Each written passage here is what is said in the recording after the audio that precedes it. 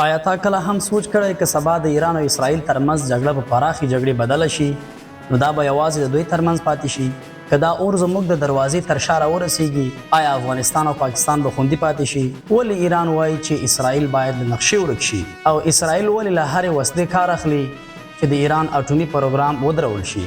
آیا دا جګړه رښتیا هم د دین او عقیدې جګړه ده او که نه؟ او که دا یوازې د ځواک، سیاست او واک پر سر لوبه ده؟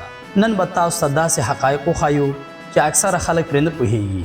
موږ به وګورو چې د دې جګړې ریښې له کومه ځایه پیل شوي، د دواړو هیوادونو نظامي قوت څومره دی، دا جګړه به څنګه د افغانستان او پاکستان او نورو ګاونډیو هیوادونو راتلونکی اغېزمن کړي، او موږ باید څه وکړو. ګرانو لیدونکو، السلام علیکم ورحمت الله وبرکاته. زه یم ستاسو ورور بختیار احساس او تاسو د احساس ګوګل ټي وي چینل ګورئ. خوږو ملګرو، په نننۍ ویډیو کې به تاسو د 15 اصلي موضوعاتو په اړه معلومات ترلاسه کړئ، لکه اول د ایران او اسرائیل وروستۍ پیښې، دوهم د ایران او اسرائیل د جګړې اصلي لاملونه، دریم د ایران او اسرائیل ترمنځ د نظامي قوت مقایسه چې کوم هیواد ډیر قوي دی، څلورم په دې جګړه کې د چا لاس دی، پنځم او د جګړې اغیز پر ګاونډي هیوادونو لکه افغانستان، پاکستان او نور هیوادونه.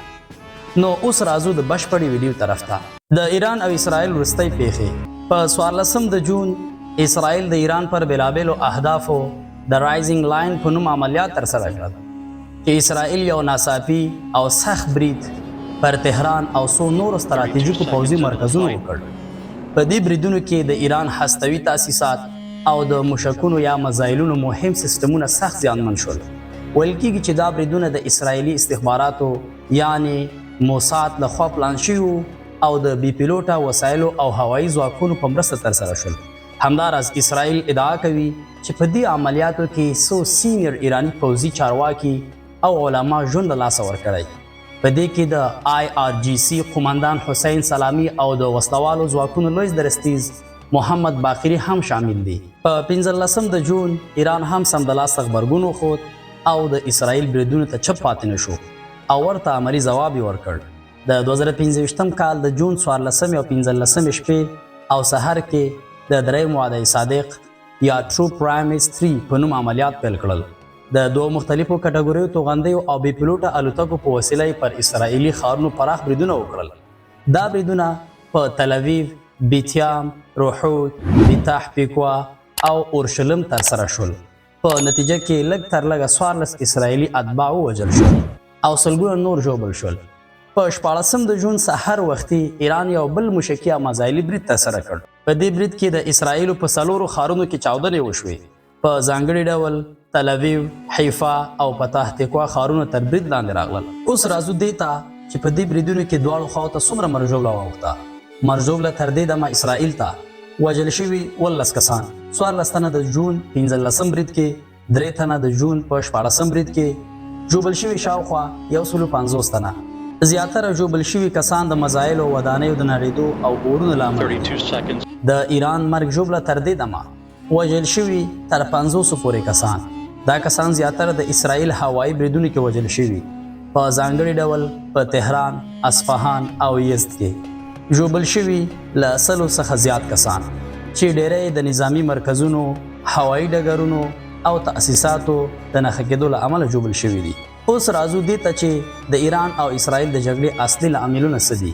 اول، عقیدوي مخالفت. ایران یو شیعه اسلامي جمهوریت دی او ځان د اسلامي نړۍ د مشر په توګه ګڼي، خاصتا د فلسطین د ملاتړ په برخه کې. اسرائیل یهودي دولت دی چې د فلسطین خاوره اشغال کړي. ایران د اسرائیل د موجودیت مخالفت کوي او دا هیواد ناجایز ګڼي. د ایران مذهبي مشران خامنه‌ای وایي چې اسرائیل باید له نقشې ورک شي، چې دا خبرې تل اسرائیل پاروي. دوهم، فلسطین، غزه، حماس. ایران د فلسطین د وسلوالو ډلو لکه حماس، اسلامي جهاد او حزب الله مالی او نظامی ملاتړ کوي. اسرائیل بیا دا ډلې ترهګرې بولي. کله چې دا ډلې پر اسرائیل برید وکړي، اسرائیل مستقیما ایران مسؤل بولي. دریم، اټومي پروګرام. ایران غواړي اټومي انرژي او وسلې جوړې کړي، که څه هم په خپله یې ردوي. اسرائیل، امریکا او نور غربي هیوادونه ویره لري چې که ایران اټومي وسلې جوړې کړي نو ټولې سیمې ته خطر پیښوي. د دې لپاره اسرائیل څو ځل د ایران پر اټومي تاسیساتو سایبر بریدونه یا فزیکي حملې کړي دي. څلورم، سیمه ییز رقابت. ایران هڅه کوي چې په عراق، سوریه، لبنان، یمن او افغانستان کې خپل نفوذ زیات کړي.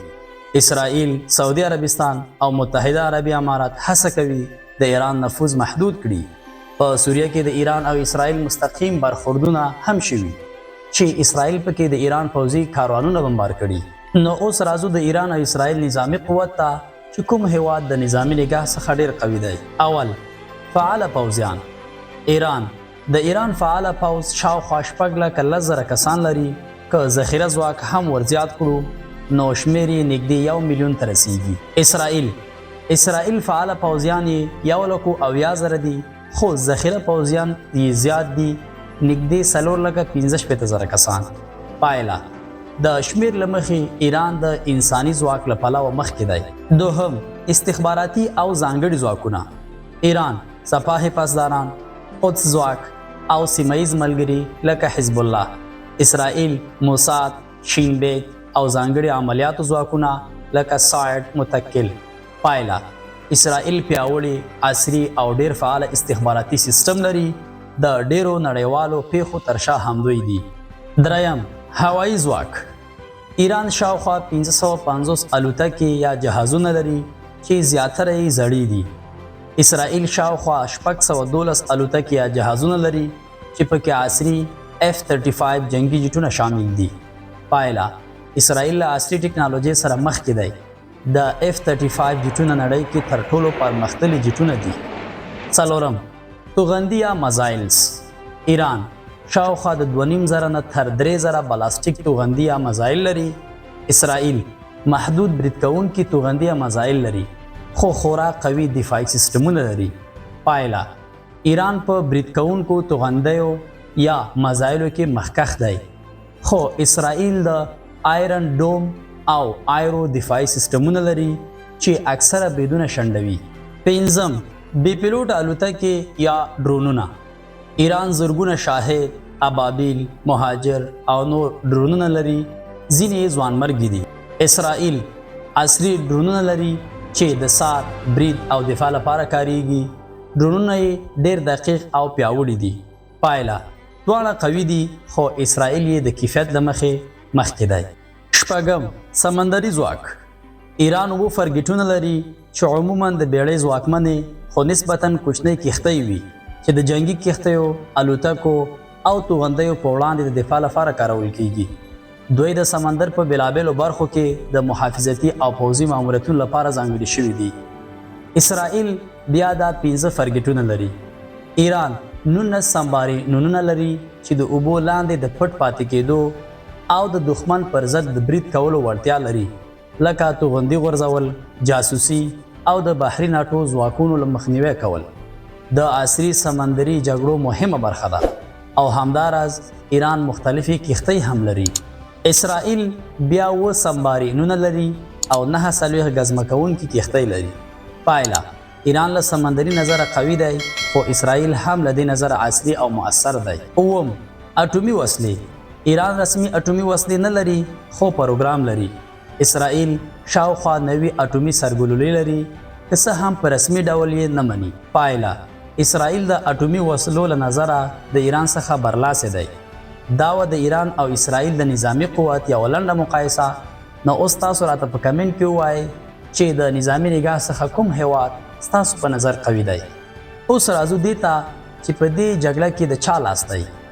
اول، امریکا کلک ملاتړ کوونکی د اسرائیل دی. د ایران اټومي پروګرام ضد دی، هڅه کوي د ایران پراخ نفوذ کنټرول کړي.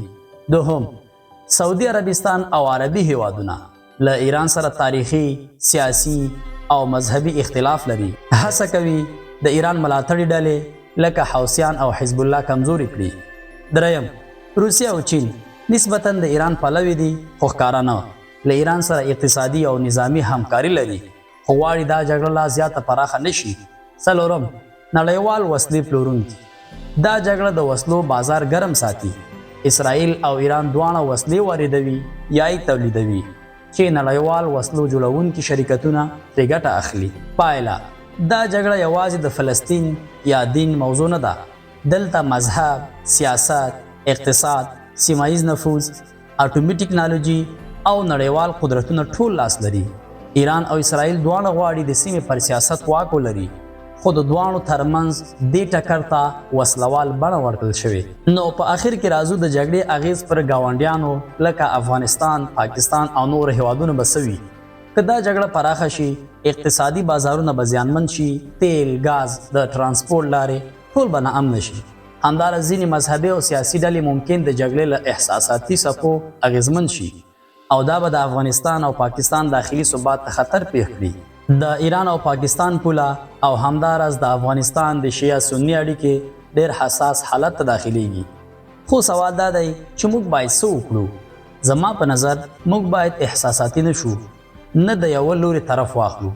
باید حقیقتونه درک کړو، تجزیه وکړو او سولې ته وده ورکړو. افغانستان او پاکستان باید هڅه وکړي چې له هر ډول نظامی، مذهبي یا سیاسي مداخلې ځان وساتي او له جګړې څخه لرې پاتې شي. نو خوږو ملګرو، تاسو هم خپل نظرونه را سره په کمنټ کې شریک کړئ. تر بیا، خدای پامان.